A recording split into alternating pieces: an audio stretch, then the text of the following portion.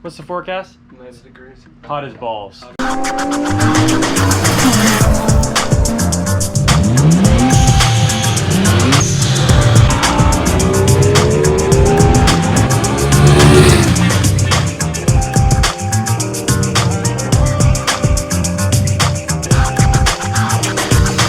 What's up guys? Today we are going to talk about some new parts that Indey got for the Ruckus build. If you haven't seen any of the other Ruckus videos, check them out. We have a Ruckus playlist. We like the Ruckus. We like the Ruckus. The Ruckus is slightly, you wanna look at, you can see there are pieces of the Ruckus there. Yeah, there's pieces of the Ruckus here. Yeah.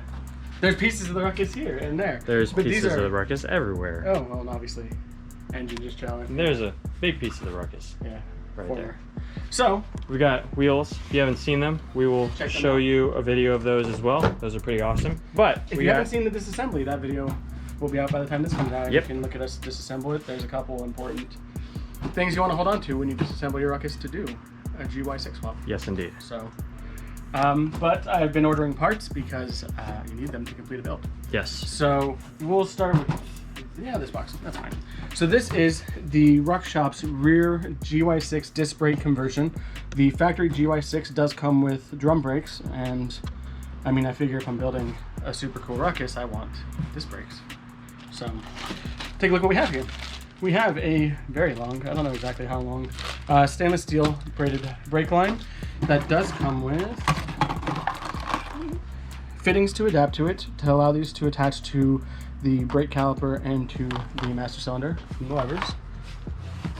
Also, it comes with this little block off because the caliper has a bleeder on it, but if you have a 12-inch wheel, I believe it said, you need to swap the bleeder out on the rear caliper and put this in so you don't have issues with the bleeder hitting the wheel. Nice. Comes with that as well. We also come with a new rear hub. The original rear hub I got with the GY6 swap is set up for a drum brake setup. This is the disc brake setup. So the disc brake will actually mount to this side, the caliper will mount off here, and the wheel will mount onto this guy. So definitely like necessary. A weapon that you would like hurl at someone like a discus. That would be pretty interesting actually. Yeah. Because I have two. If you put like a rope between them and just started like... It's like Captain America. The Captain America shield just in Ruckus form. Yeah. Dude, how cool would it be to be riding the Ruckus with a Captain America shield? You know, someone that Vanessa knew, he used to do that. He had a Captain America shield for his motorcycle. Pretty cool. Yeah, it is. All right, we got a black caliper bracket. A quick note, all this stuff does come in raw finish as well as black. So if you want to paint your stuff, get it in raw finish. We have rotor bolts and caliper bracket bolts. And we'll do a specific install on this rear disc setup so you guys know kind of what you're doing. We have a rear disc, which for a Ruckus is pretty gigantic. I think it's actually the size of the stock. If you want to hold that down there, I believe that's actually the size for the Grom's front one.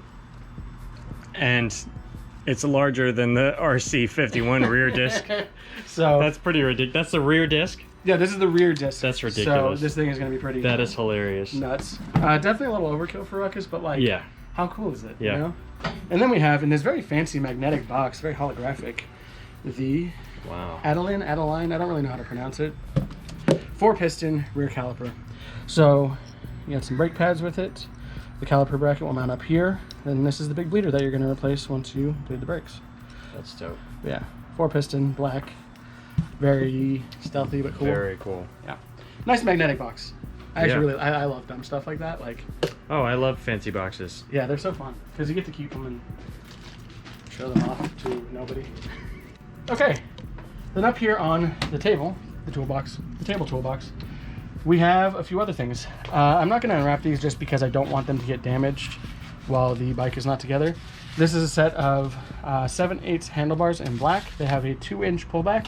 Nice. I actually measured these up. They're the exact same size as the Grom handlebars because I thought I was going to maybe cut a little bit off the ends of these to get them to be a little shorter, but I think this will actually turn out pretty good just the way it is. Yeah, that's pretty cool. So got some handlebars, not too expensive, but I actually had a lot of problems deciding what kind of handlebars I wanted. They have a lot of options and they're not all that great to me. So we have a front hub. So this is the wheel side. The wheel will bolt onto here. Axle will go through the middle, and this is for the front disc conversion. These are the rotor bolts. So once I get the front disc conversion, it's on back order at the moment. This will be all part of that, because since I'm not using the factory NCY wheel. So nice big hub.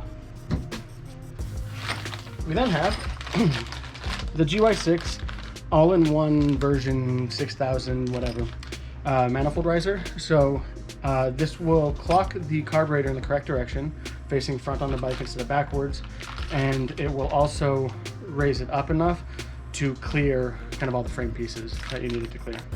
So that's all in there. The GY6 swap does come with a manifold riser, but you know, here's one of those things where I just wanted to buy that one and have the right safe thing, you know. And then we got pretty simple black. It's supposed to be password JDM. They're closed. They don't exist anymore. But gas cap. This is the kind where I have to cut the tabs off of it. As we beautifully transition to cameraman Mikey. What's up, Mikey? What's So man, Said it. Sada. sorted, What's up, bro? sorted. So, get out of your way. I'll take this. Go ahead and show it off real quick. Pretty cool. It's not, yeah, password JDM was out of business if you didn't know, but they still had, I guess, some Leftover pieces. parts. Yeah, so you got to cut the tabs off the factory gas cap for this guy so it can sit flush enough, and then it has a couple little set screws that we'll put in place to hold it in. Nice. This is a very little package, but these are the aluminum side step risers, because with the gas tank cover, it will, if you don't have these, it won't sit all the way down. Like it hits the top of the gas tank, so you need these little guys to just pick it up a little bit. Nice. So cheap, but useful. We have this big guy. So I'm not going to be running the factory CVT cover. I'm going to be running, this is the Ruck Shop's ankle biter ultimate. They come up with a bunch of weird names. So it's like the ultimate GY6 ankle biter brace cover. You do need a brace on the side cover. If you don't have it, you run the risk of cracking the GY6 CVT case. Oh. Yeah, so you actually need, and which is this back piece here. So this actually does support the entire case. And then the front side here will get spaced out, so you'll have the belt running between, which will look pretty cool, you know. Yeah. And then this will get put in front of it just to kind of keep it so you don't smash your leg into all the moving parts. So this is gonna get powder coated, painted, something. So yeah, this will get powder coated at some point when I do everything for powder coats. But yeah, so you definitely need the CVT brace. This goes on the other side to keep you safe from smashing your legs. Don't smash your legs. Don't smash your legs. Don't smash your legs. You want to actually take the time to open that while This is pretty awesome. I think it's super sick. NCY makes fantastic scooter parts. Yeah. But before we look at that, I also have the NCY Triple Tree, which looks great. Like, I feel like this is definitely one of those underrated parts. A lot of people don't spend the money on this. It's like $270, I think. But it's fantastic. I love it. I think it looks so sick.